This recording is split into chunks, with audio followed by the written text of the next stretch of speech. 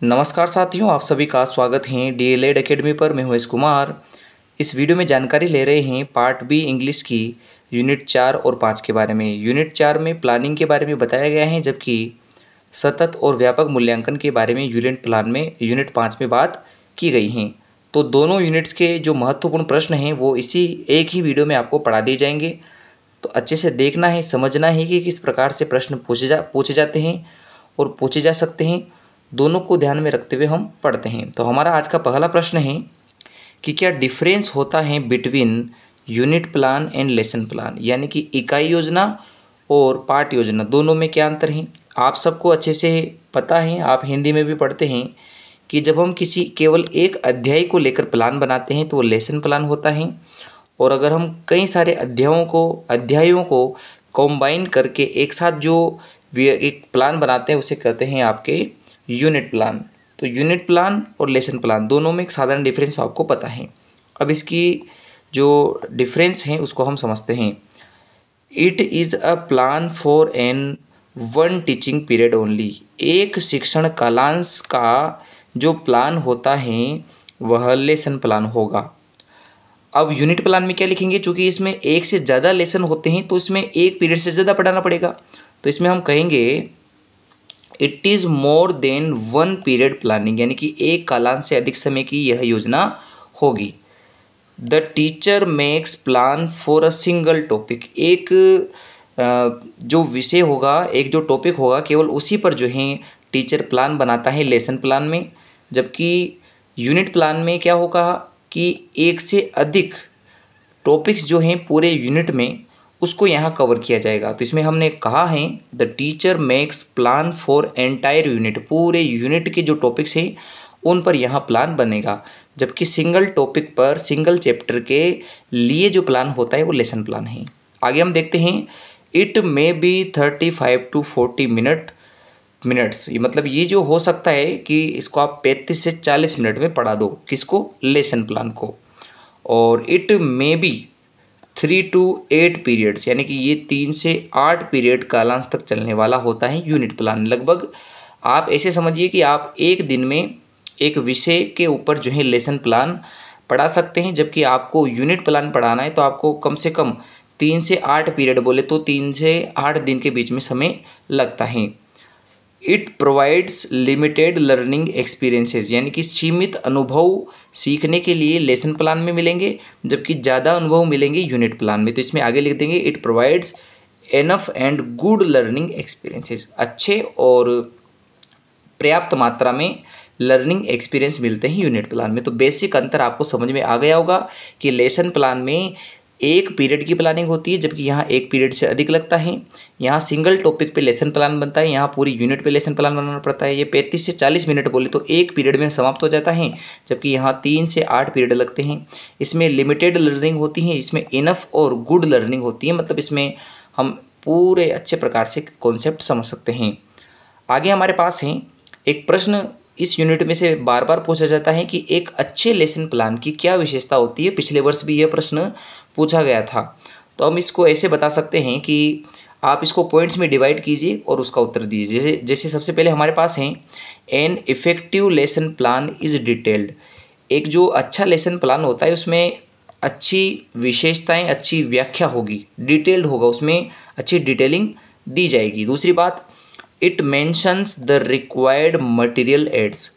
इसमें आपको जो सामग्री आवश्यक है, शिक्षण कार्य के लिए मटेरियल आवश्यक है, उसको भी बताया जाएगा, यानी कि आपको सहायक सामग्री की जानकारी दी जाएगी। अगला है it should have general and specific AIIMS and objective.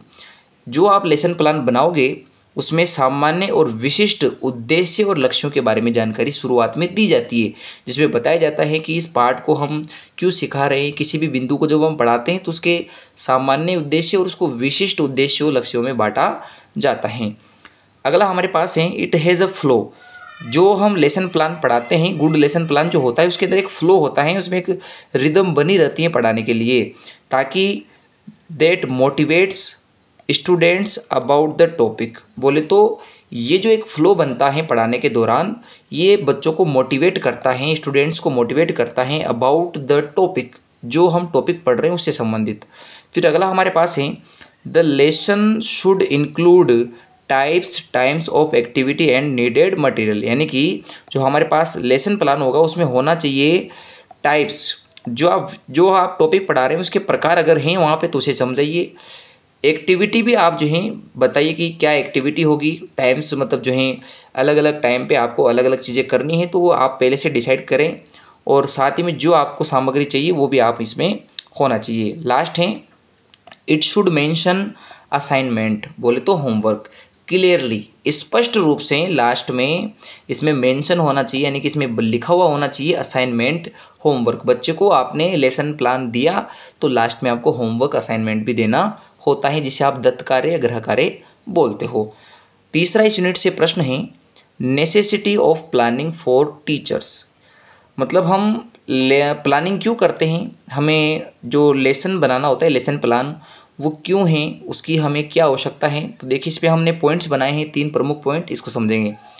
Planning tells us, planning जो हम करते हैं, योजना जो बनाते हैं, पाठ्य योजना चाहे कोई सी भी योजना जो बनाते हैं वो हमें बताती हैं द प्रिपरेशन डन, कि हमने तैयारी पूर्ण की है, बाय अ टीचर, एक टीचर के नाते, इन विच, जहाँ ही डिसाइड, वह टीचर, बोले तो हम डिसाइड करते हैं कि हाउ टू टीच, कैसे पढ़ाएं, हीज स्टूडेंट, अपने बच्चों को, मतलब उसके हिसाब से तो उसके बच्चे जो पढ़ा रहे हैं टीचर उसके बच्चे, पर हम चूँकि अपने ऊपर ले रहे हैं तो इसको हम अपने बच्चे कहेंगे।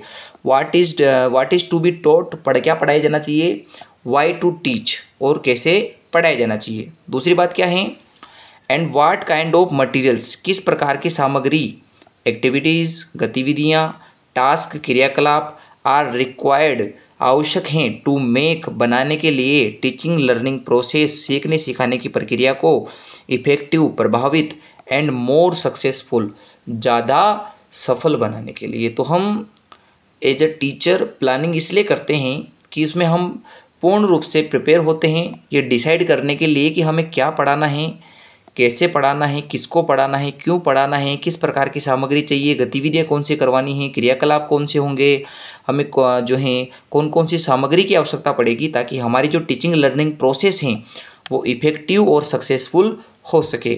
तीसरा हमारे पास पॉइंट है एज अ प्लानर, प्लानर का मतलब योजना निर्माण करने वाले के रूप में, निर्माता के रूप में, a teacher is responsible, teacher जिम्मेदार हैं, फॉर डिज़ाइनिंग, तैयार करने के लिए, द क्लासेज, कि क्लास कैसे होगी, एंड एक्टिविटीज़, गतिविधि कैसे होगी, टू हेल्प दियर, ताकि उससे हो सके सहायता, दियर स्टूडेंट्स, उसके बच्चों की, learn in a simpler and fun base, ताकि वह एक अच्छे और आसानी से अंदाज में पढ़ा सके। तो इससे ये भी फायदा होता है कि क्लास और एक्टिविटी को टीचर अच्छे प्रकार से डिजाइन करता है, इससे उसके बच्चे आसानी से और मज़ेदार अंदाज में सीख पाते हैं। तो यहाँ से 3 प्रश्न हो चुके हैं। चौथा प्रश्न देखते हैं, ये भी काफ़ी इंपॉर्टेंट है कि लो कॉस्ट टीचिंग मटेरियल्स या एड्स क्या है। इसका मतलब देखिए शिक्षक जो होता है वह अपने स्तर पर कम खर्च वाले जो है सहायक सामग्री तैयार करता है, उसे कहते हैं लो कॉस्ट, बोले तो कम खर्च वाले टीचिंग मटेरियल, सहायक सामग्री, शिक्षण सहायक सामग्री। तो पहले तो इसकी परिभाषा समझेंगे और इसका हमारे लिए क्या इंपॉर्टेंस है, एडवांटेज क्या है, इसके एम्स क्या हैं, यूजेस क्या है, उसको समझते हैं। तो लो कॉस्ट मटेरियल्स की जो डेफिनेशन है वो समझ रहे हैं। Low cost materials are material, low cost का मतलब कम खर्च वाले जो सामग्री होती हैं वो ऐसी सामग्री हैं विच रिक्वायर, जिसमें आवश्यकता होती हैं, नो कॉस्ट, न के बराबर पैसे, और आर अवेलेबल चीफली, या जो सस्ते रूप से उपलब्ध हो जाते हैं वे, and developed by a locally available resources, मतलब कि जो बनाए जाते हैं, विकसित किए जाते हैं बाय लोकली अवेली रिसोर्सेज, आसपास के जो उपलब्ध संसाधन हैं उन्हीं की सहायता से इसे बनाया जाता है। तो मतलब हम ऐसे कह सकते हैं कि जो लोकली अवेलेबल रिसोर्स है, संसाधन हैं, उन्हीं से डेवलप होंगे, चीपली बोले तो सस्ते होंगे, और लगभग न के बराबर इनमें कॉस्ट आता है। अब हम इनको ऐसे समझते हैं कि इसकी हमें आवश्यकता क्यों है। Uses importance of low cost TLM, teaching learning material. तो सबसे पहला क्या है इसका फ़ायदा, देखिए द मेन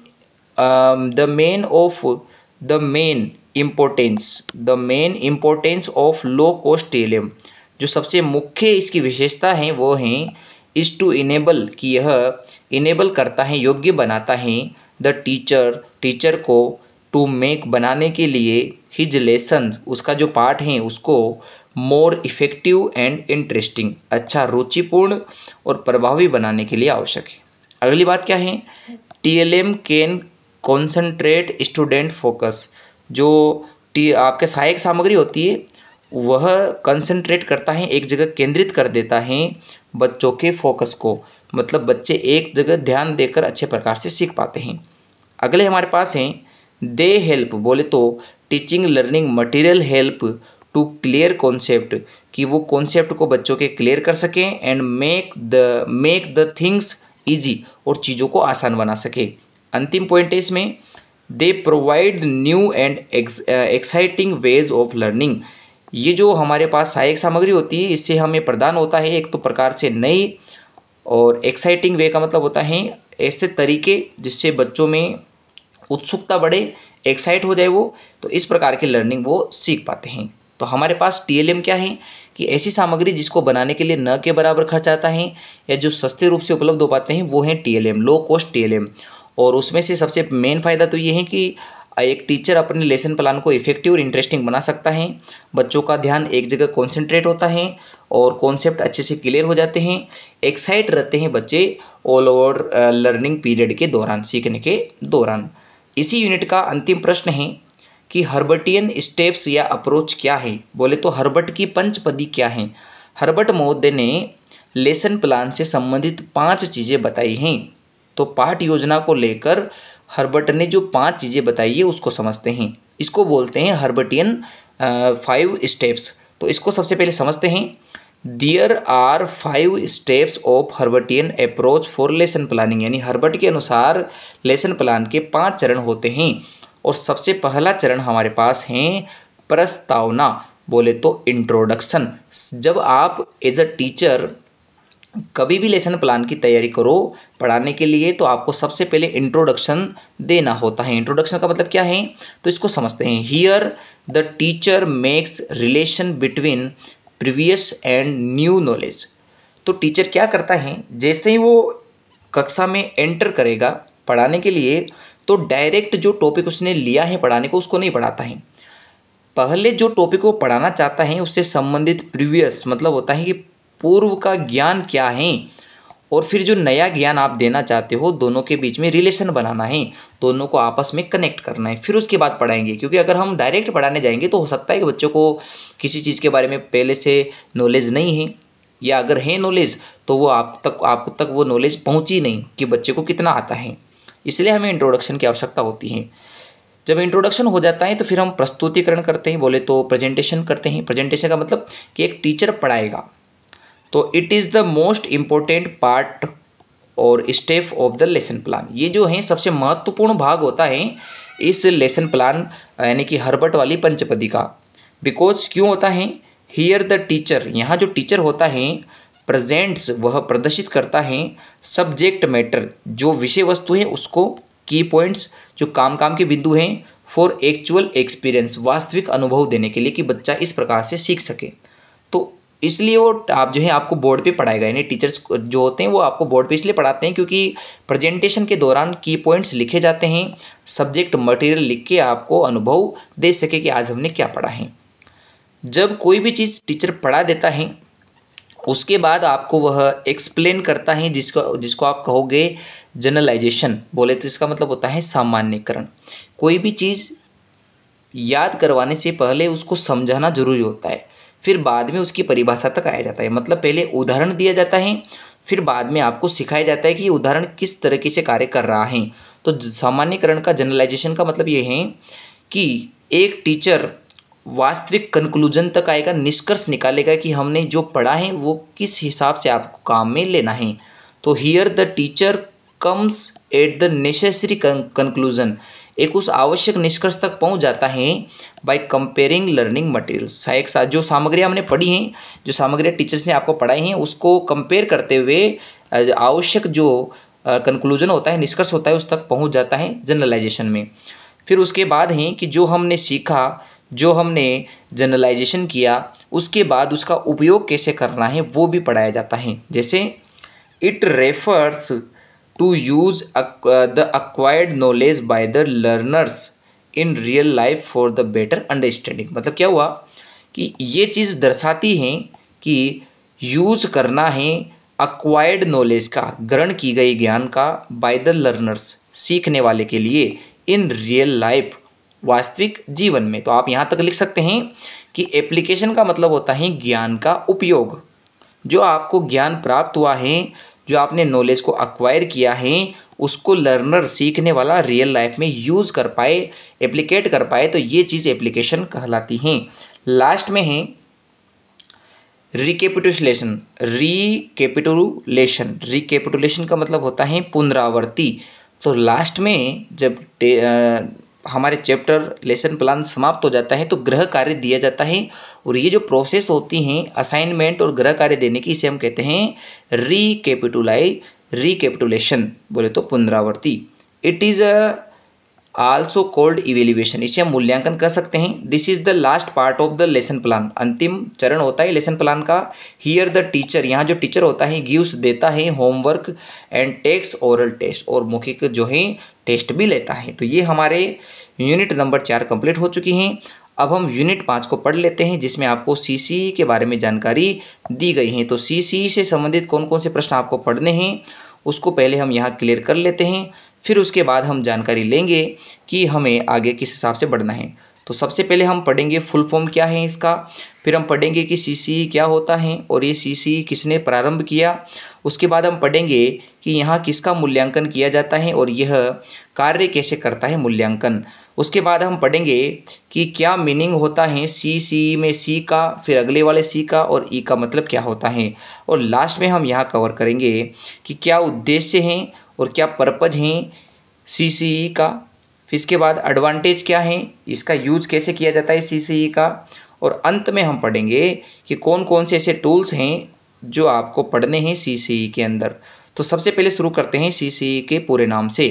तो सीसीई का पूरा नाम होता है, देखिए, कॉन्टिन्यूस यानी कंटिन्यूस एंड कॉम्प्रहेंसिव इवेल्युएशन, सतत एवं व्यापक मूल्यांकन।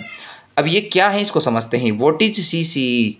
तो CCE is a process of evaluating, मूल्यांकन की एक प्रक्रिया है, द चाइल्ड्स डेवलपमेंट, बच्चे के विकास से संबंधित, in all the school related activities, जो बच्चे ने स्कूल में एक्टिविटीज़ की हैं और उसका जो डेवलपमेंट है उससे संबंधित जो मूल्यांकन की प्रक्रिया है वही सीसीई कहलाएगी। It is also a policy, यह एक नीति भी है, इम्प्लीमेंटेड बाय, जिसे इम्प्लीमेंट किया गया था सीबीएसई के द्वारा, एंड स्टेट गवर्नमेंट्स, राज्य सरकारों के द्वारा, इन इंडिया, भारत में, under the right of education, शिक्षा के अधिकार एक्ट अधिनियम 2009 के अनुसार। तो शिक्षा के अधिकार अधिनियम 2009 के अनुसार स्टेट गवर्नमेंट और सीबीएसई के द्वारा भारत की स्कूलों में इस पॉलिसी को लागू किया गया, सीसीई वाली पॉलिसी को। तो हमने यहाँ लिखा है कि सीसीई को स्टार्ट किसने किया है, सीबीएसई ने, और सीबीएसई के द्वारा इसे इम्प्लीमेंट किया गया है। और ये जो सीसीई हैं ये क्या हैं, तो हमने इसको समझ लिया है। आगे हम देखते हैं कि यहाँ कौन जो है मूल्यांकन किसका होगा, हु इज़ इवेल्युएटेड इन, इसके अंदर किसका मूल्यांकन होता है, हाउ डज सीसीई वर्क, और सीसीई कार्य कैसे करता है। तो इसको समझते हैं। दिस प्रोसेस, ये जो प्रक्रिया है, इज़ यूज्ड टू इवेल्युएट, मूल्यांकन के लिए यूज की जाती हैं, स्टूडेंट्स, जो स्टूडेंट का मूल्यांकन करती हैं, from class 6 to 10th, class 6 से 12 तक के जो बच्चे होते हैं उनका यह मूल्यांकन करने में काम में ली जाती हैं। This school based evaluation system, ये जो विद्यालय आधारित मूल्यांकन का सिस्टम है, वर्क्स टू कवर, कार्य करता है, कवर बोले तो जो है कवर का मतलब है कि एक तरीके से पूरा जो है व्यापक रूप से ढक लेता है, समस्त को समाहित कर लेता है अपने अंदर, ऑल एस्पेक्ट, जो कि सारे पहलू हैं, ऑफ स्टूडेंट डेवलपमेंट, एक बच्चे के विकास में जो जो पहलू आवश्यक है उन सभी पहलुओं को कवर कर लेता है, एक तरीके से उनको पूरा अपने साथ लेके चलता है।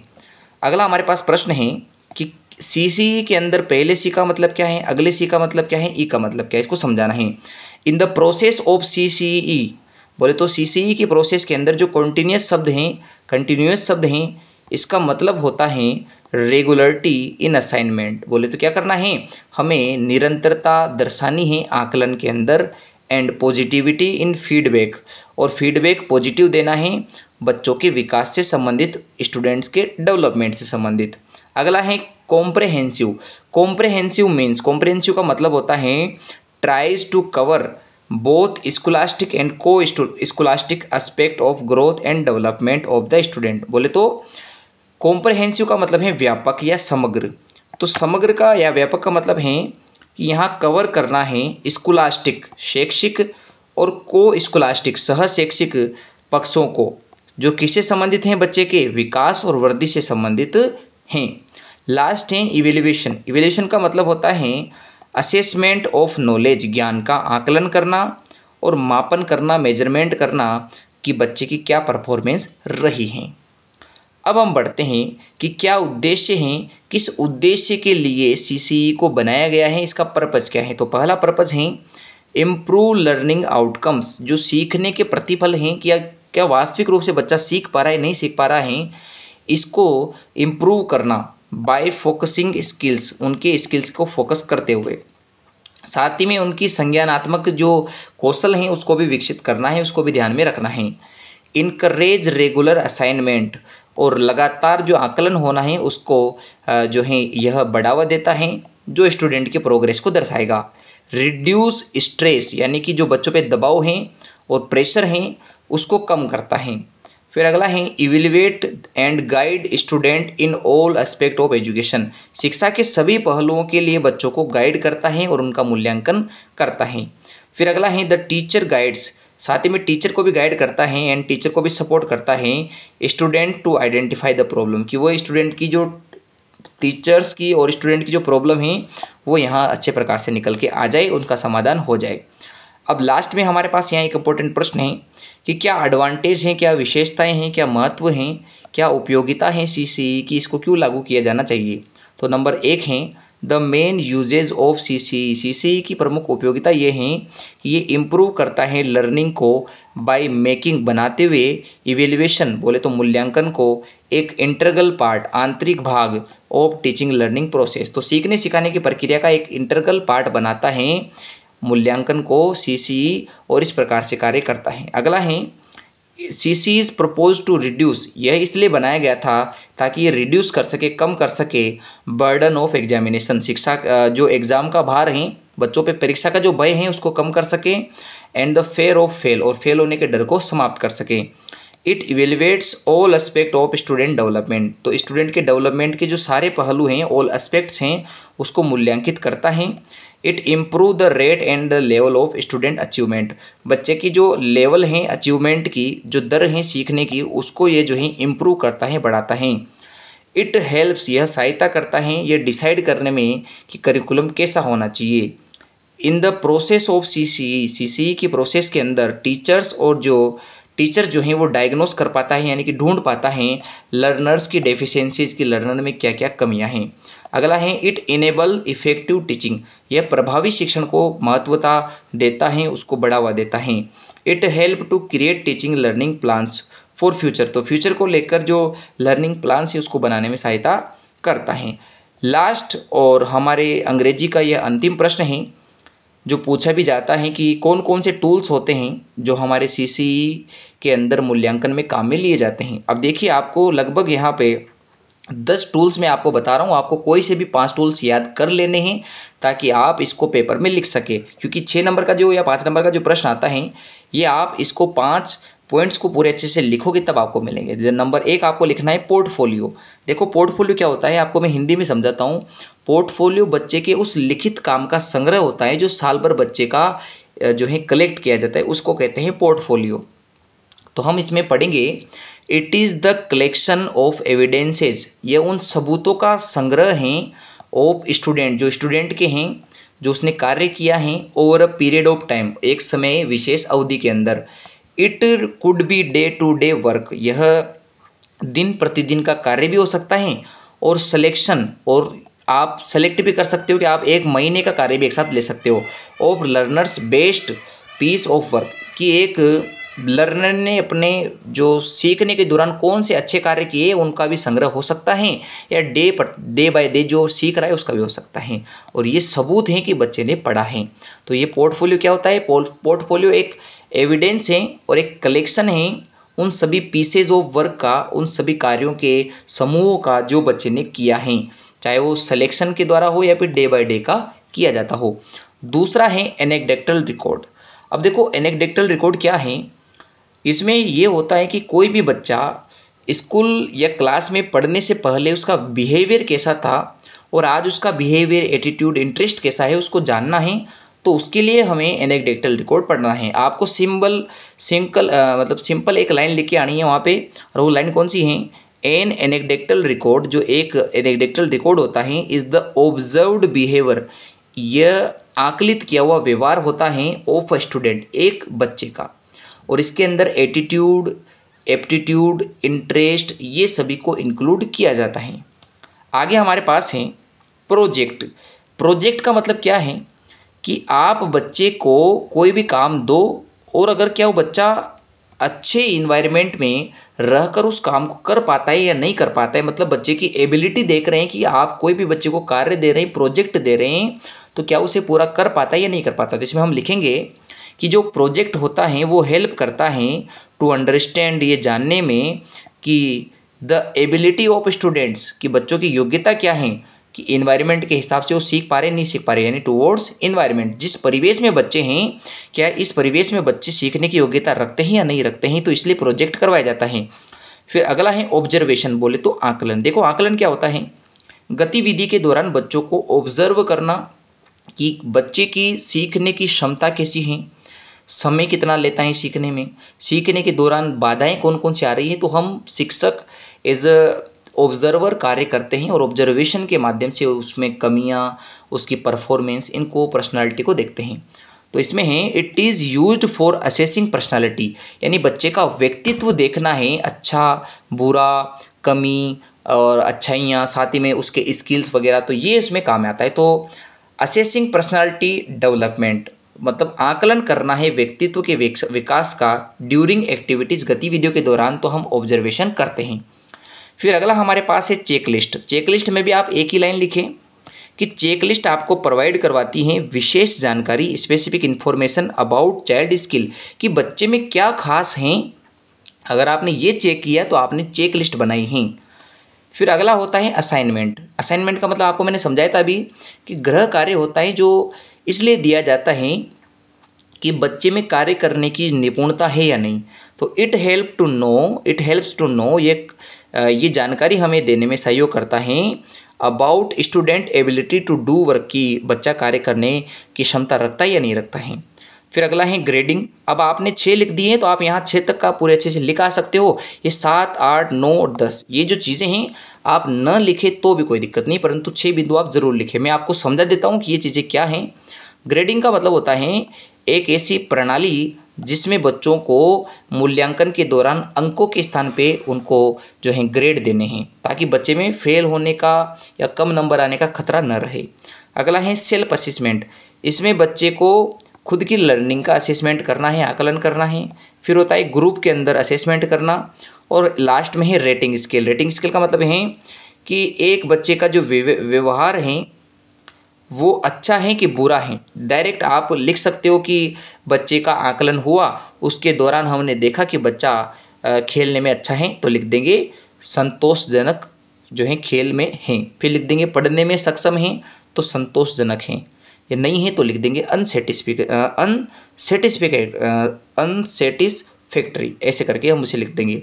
तो ये हमारे पास सेटिस्फेक्शन और अनसेटिस्फिकेशन दोनों इसमें यूज़ होते हैं रेटिंग स्केल के अंदर। तो ये हमारे 4 और 5 दोनों यूनिट कंप्लीट हो चुके हैं। आधे घंटे का ये वीडियो बन चुका है। तो आपको अब कमेंट करके बताना है कि कोई चीज़ अगर आपको समझ में नहीं आई है तो उसको हम दोबारा आपको टेलीग्राम पर समझा देंगे।